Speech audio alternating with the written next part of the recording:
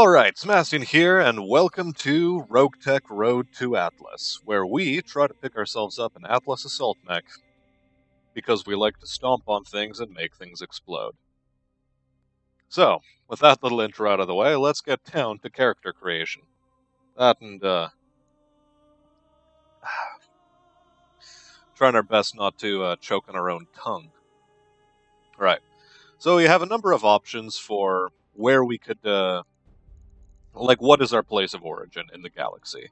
Either the Draconis Combine, the Free Worlds League, Federated Suns, Lyran Commonwealth, the Capellan Confederation, or a bunch of minor factions. That don't really give us any good stuff. Overall, the choice you can make here essentially comes down to what kind of starting weapons do you really want to have. However, the mod for this is a bit finicky, and we're still trying to troubleshoot how it works. I think either after your first battle, or after one in-game day passes, you get access to these. So, the one we're going to go with is the Federated Suns, largely for the meme potential, because these guys seem like the most headstrong bunch in the galaxy, and that suits my character just fine. That, and you get an accompanying light autocannon 5, as well as a bunch of varying autocannon ammunitions. So, with that choice made, let's move on to how did we even get to where we were? We were born into a noble family, that much we know. But what happened next? Were we exiled? Did we strike out on our own? Did our family go bankrupt? Did our family die in an accident? Was our family betrayed? Did I betray my family by engineering a convenient accident, but ultimately making it go bankrupt, which forced me to strike out on my own, which is effectively a form of exile? No. Unfortunately, we can't choose all five, so we have to stick to one of the choices here. And of the available choices, Exile seems like the best. Gives you a +1 to gunnery and tactics skill, as well as providing you with an anti-missile system. And missiles seem to have gotten buffed in the newest iterations of Roguetech. So we'll try to hang on to that and see if it works out for us. Now, what became of us later on? Did we become a soldier, a frontier pirate, a gladiator, a mercenary, a freelancer, a merchant guard? A gladiator. We became a gladiator because we got to keep a chainsaw and a medium combat shield as trophies, as well as a nice perk to our gunnery skill, making all our shots more accurate. With that out of the way, we can finally assemble our character. So we'll be right. Okay, everyone, say hello to Smastian, otherwise known as Mieszko Polish Chuck. I really wish that I had come up with this myself, but it's part of the random name generator. Mieszko Polish Chuck. So say hello, this is me. Anyway, now that character creation is out of the way, let's move on. Okay. So the first thing we want to look at is what random assortment of mechs did we get? As one can discern from the title, Roguetech is meant to be a sort of roguelike BattleTech experience. So, the things you start out with are largely random. Your crewmates, the kind of mechs at your disposal in the early game,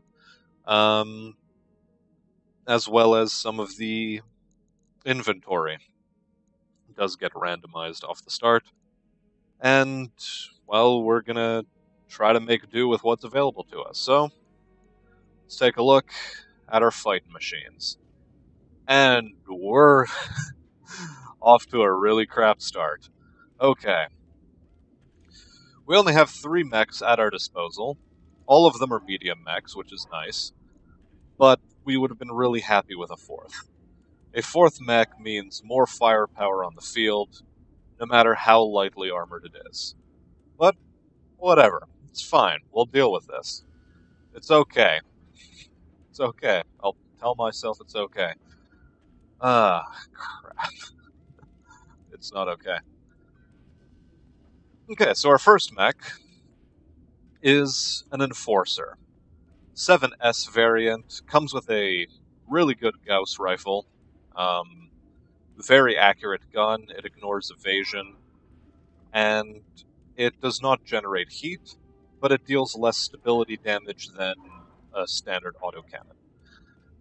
It comes with Gauss ammo, which does not explode when you overheat your mech, so that's nice. We also have an extended range large laser and a medium pulse laser at our disposals. And it comes equipped with 4 jump jet eye variants. So what that essentially means is that they're improved. Yeah, that's what it stands for. I stands for improved. Well done. You managed to figure it out. Anyway, so we have a bunch of improved jump jets at our disposal, and which means that this is a very mobile mech. But its armor profile is a bit weirdly assembled. We have a bit too much armor on the rear, so we're going to get rid of that. Or at least lower it to some extent. Improve our frontal protection to 120 on each of the left and right torsos, as well as the maximum of 80 on each of our arms. However, this requires us to take a couple more points of armor off of the rear for 40 all-around armor on the rear, which is fine. It could be a bit better, but it has to be fine the way it is. And like I said earlier, the finicky mod that was supposed to give us our equipment hasn't activated yet, so we'll take a look at that in a moment. See if we can jump the simulation forward a little, but let's take a look at the other mechs at our disposal. The second mech is a Centurion CN9D variant, and it is fitted with an LBX autocannon 10. So what does the LBX do? Okay, so large bore extended autocannon fires a cluster of 5 projectiles,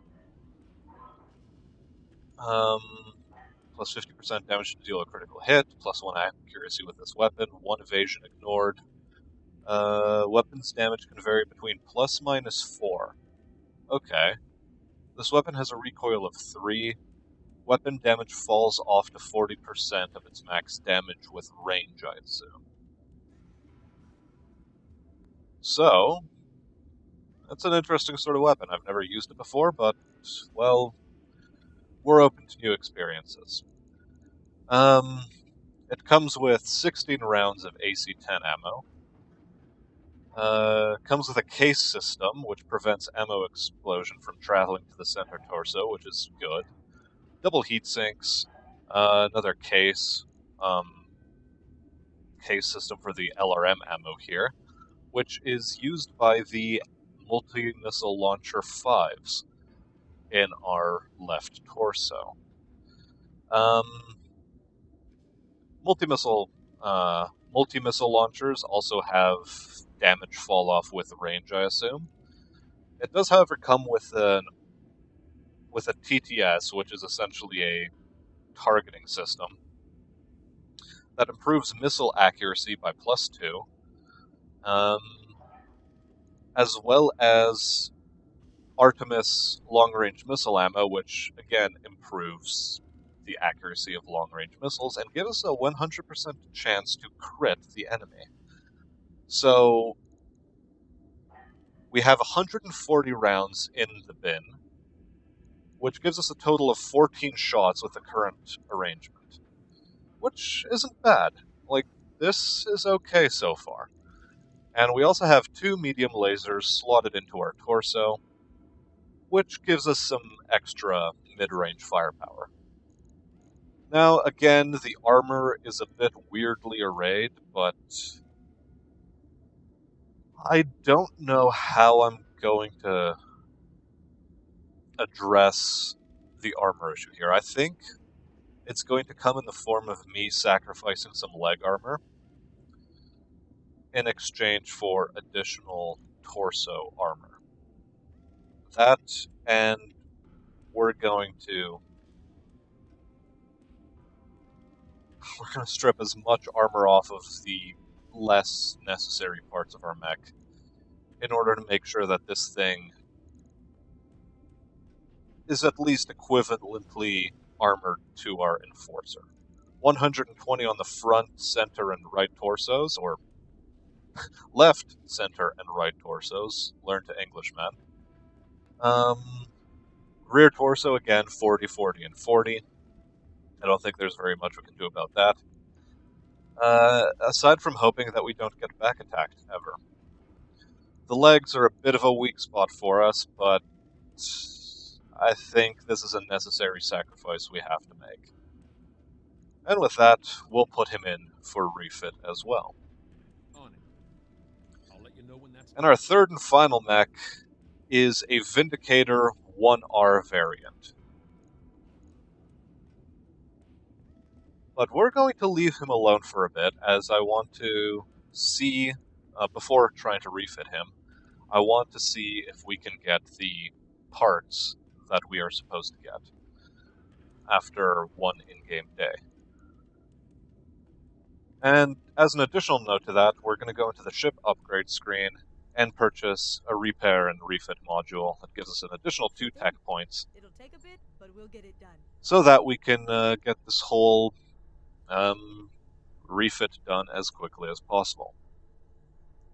Now, as just mentioned, we will move the game forward one game day, triggering an event that lets us fill every last corner of the Leopard, which is to say the Argo, our actual ship, with mech bay supplies, which decreases our morale by 2, but that's fine. Morale resets at the start of every month. And the company gains a +6 tech point boost for the next 30 days. So, our initial refit is going to progress very rapidly indeed. And now that that's out of the way, let's take a look at that Vindicator, and specifically at our inventory.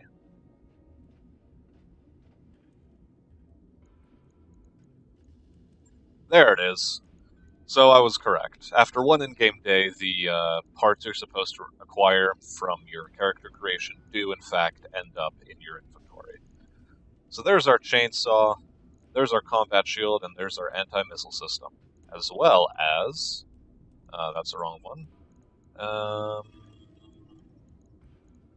Where's our autocannon 5?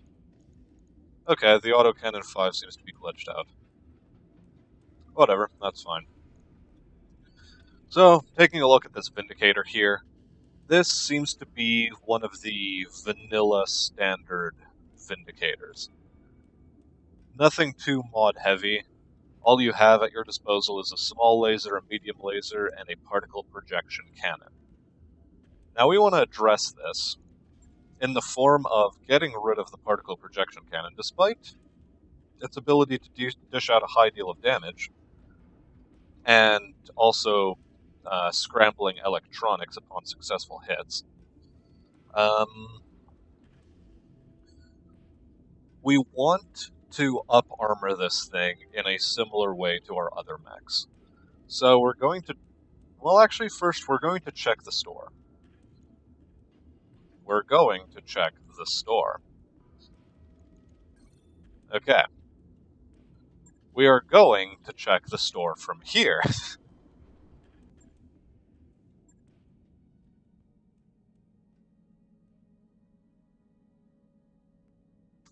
Very interesting.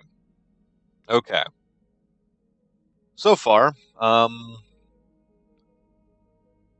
store has a lot of mech parts that we can buy. And mech parts are very important because in order to acquire new mechs, you either have to purchase a completed mech from a store, which is very rare, or you have to salvage parts out of which you then assemble your mechs. And we need we need 5 parts in order to assemble a new mech. And currently, there are 6 parts here for a Bushwhacker medium mech. A medium mech? This is a medium mech, right? Where is its tonnage? Oh, there it is. 55 tons. Yes, it's a medium mech. And we want this desperately. However, each of the parts costs 670,000 C-bills, which is extortionary. Absolutely extortionary. But given that we only have 3 mechs, we're probably going to have to purchase this. We also have an option of purchasing a flea, which is a 20-ton light mech, which we're not even going to pay attention to. We don't care about this. This does not interest us because the price tag is too large for the kind of package we'd be receiving. This thing is more or less a death trap to us. So, with that out of the way, now that this option has made itself available, we'll take a look at the weapons we can potentially purchase. So, an extended range small laser, 3 extended range large lasers, 4 AC2s, an LRM-10, 6 machine guns, a medium range missile 20, a rocket launcher 20. The numbers beside the missiles, by the way, tell you how many missiles are fired in a salvo from the weapon. Some Streak SRM-4s, and Streak SRMs, as I was saying earlier maybe, are really accurate short-range missiles. +2 accuracy and ignores 2 evasion. So this is another point we can consider when fitting our mechs. But they are expensive as hell, so they're not worth purchasing. At the moment, anyway. That and their tonnage is 3, which essentially puts them on par with a standard short-range missile 6 battery. Unlimited cases, an engine, a fusion core, and I pray to God we do not lose a fusion core in any of the upcoming battles, because these are prohibitively expensive. And without a fusion core, your mech can't move, which essentially means you don't have a mech. Fortunately, however, we have a bunch of heat sinks at our disposal, in the shop anyway, and a lot of stuff overall.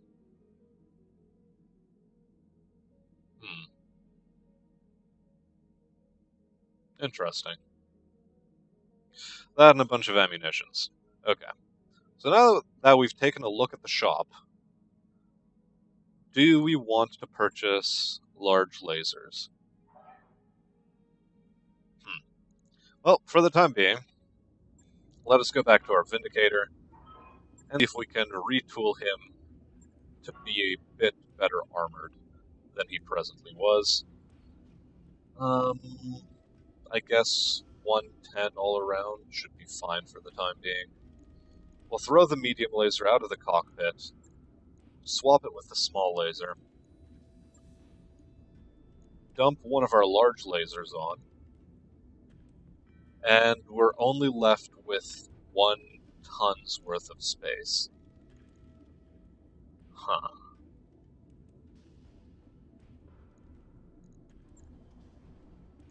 A bit problematic.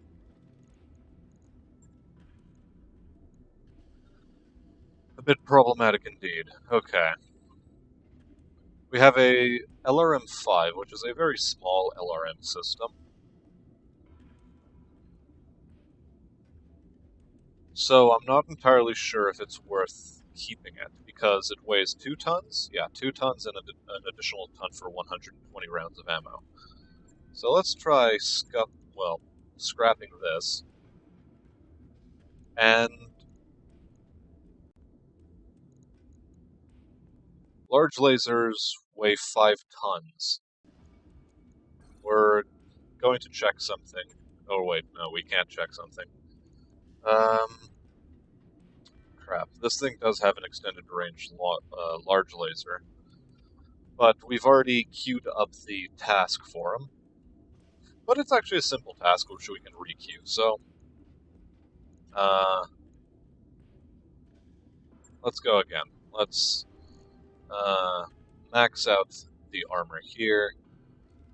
dump a bunch off the back. Back to 40. Up here. Let's go. And we now get to check how much tonnage it has. 5 tons. Okay. So, reconfirm. We wasted a day of actual progress towards refitting. But, unfortunately, I think we needed to check if it is worth it to purchase the extended range large lasers. Because a large laser on its own still costs 5 tons. Okay. So we'll do that. We will do that. We won't really worry too much about it. Huh.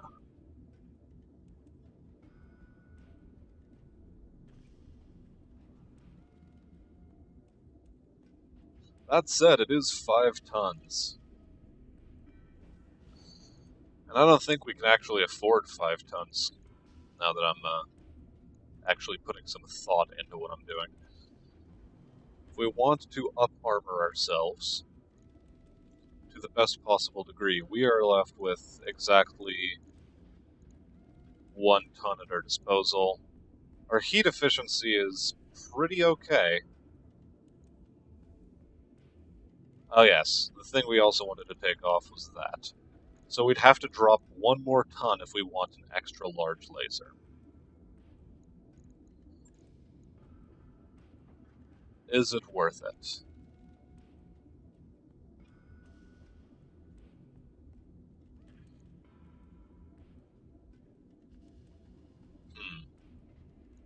It's a very tough choice.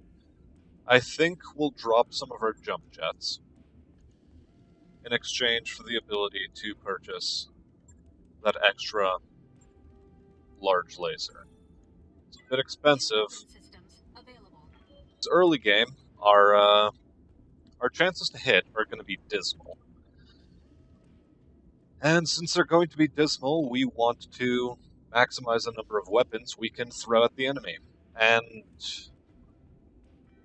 unfortunately, a PPC, which comes with a recoil, isn't a weapon that is viable early game, because as a result of its recoil, you can't fire it turn after turn, because the turn after you fire it, you get a -2 accuracy debuff to your next shot. And this debuff stays around so long as you keep firing the weapon. Now, an additional problem that has come up is that our heat efficiency is now trash. So we're going to drop one of our... okay, fine. We need to drop the other 2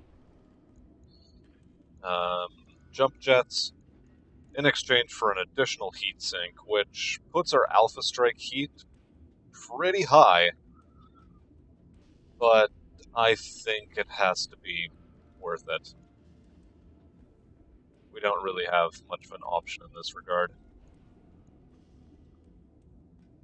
And yeah.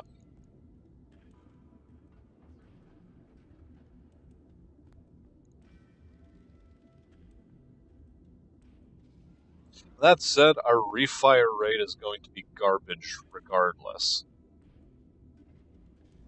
If we go back to what we had before, our refire rate isn't horrendous. But we're still dropping the PPC in favor of an extended range large laser. At least 1.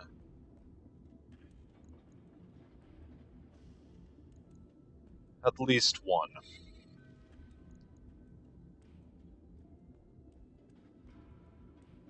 Okay. Compromises had to be made. We wasted our time a little bit. But I think this is the best thing for us moving forward. We'll improve the rear armor a touch, as well as the center torso armor. In fact, we'll improve the center torso as much as we can.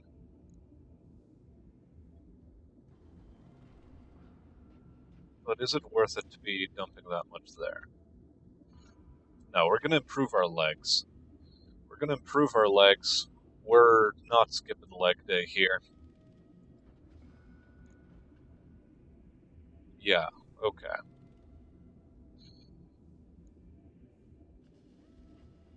Like that. That is how we're going to leave it. 130 on the center torso, 110 on each of the left and right, full armor on the left and right arms, right leg, left leg, full armor again. Just giving us the option of a death from above attack. So, we'll confirm that, and we'll start on the refit. And now, with that lengthy process out of the way, we can take a look at the MechWarriors. But before we can do that, I think we need to wrestle in a Fang and a Blorks. So, let's drag them in. Alright, so we've managed to take Fang away from his Greek conquest of the Americas, and we've wrestled up Blorks away from his dwarf herding, and we've thrown them into the pilot seats, and we're having them train up to become proper mech warriors. So, that having been said, Fang isn't doing too fantastically for skill so far, but we have faith in him.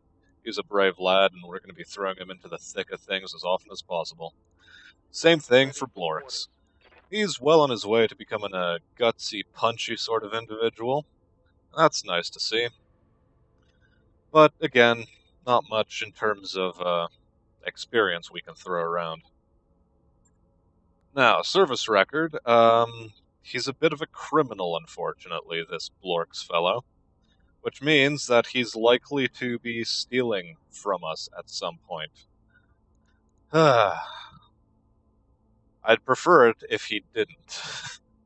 Regardless, taking a look at Fang, like I said, he's a brave lad. And, yeah, so I sort of called that. Well done, me. Ready for orders. Other mech warriors at our disposal are Behemoth or Behemoth, depending on how you want to pronounce it.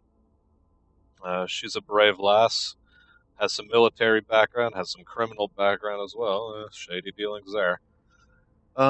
Military background gives her a starting bonus to her XP. She's a spacer, so reduced maintenance costs. We have to pay her less, which is nice. So in terms of her XP, I don't know what I want to do with her yet. She's sort of a jack of all trades at the moment, as are Decker, Glitch, and Medusa. But I think we're going to keep her as a jack of all trades reserve for the time being. Training confirmed, Commander.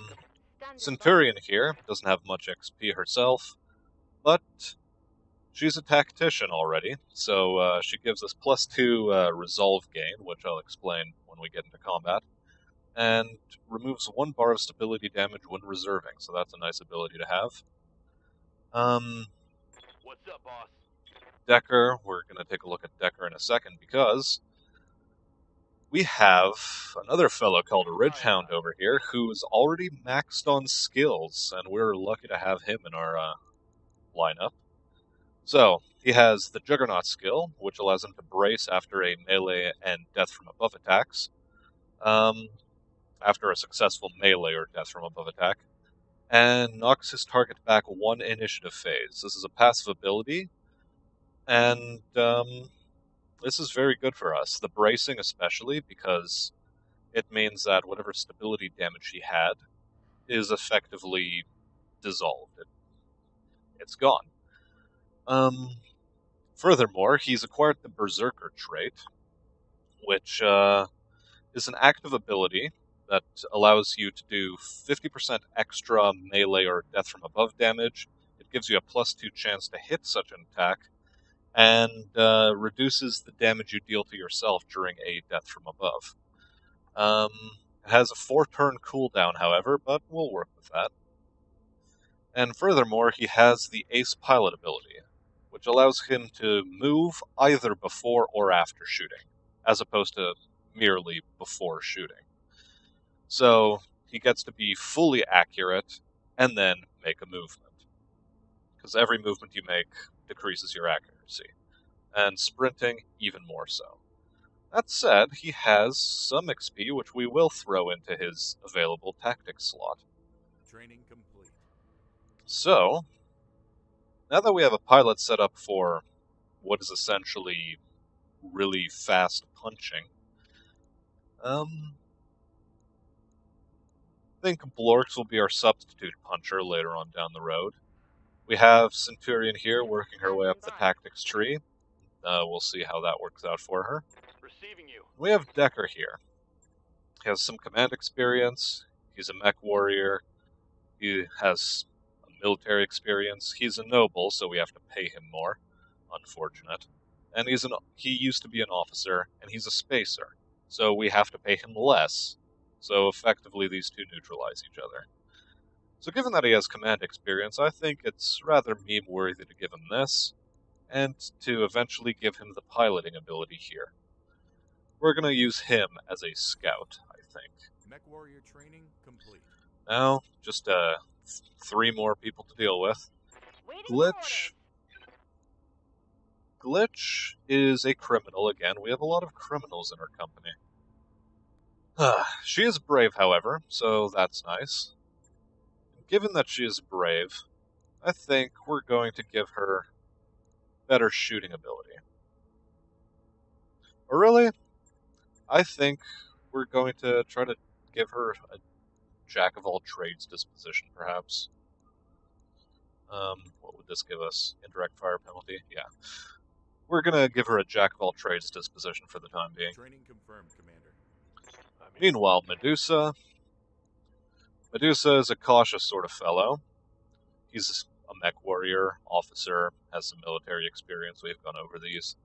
And he's a technician. Technician essentially gives him a chance to fiddle around with a default weapon that will eventually be will either be upgraded, destroyed, or will hurt him in the process as a result of his fiddling.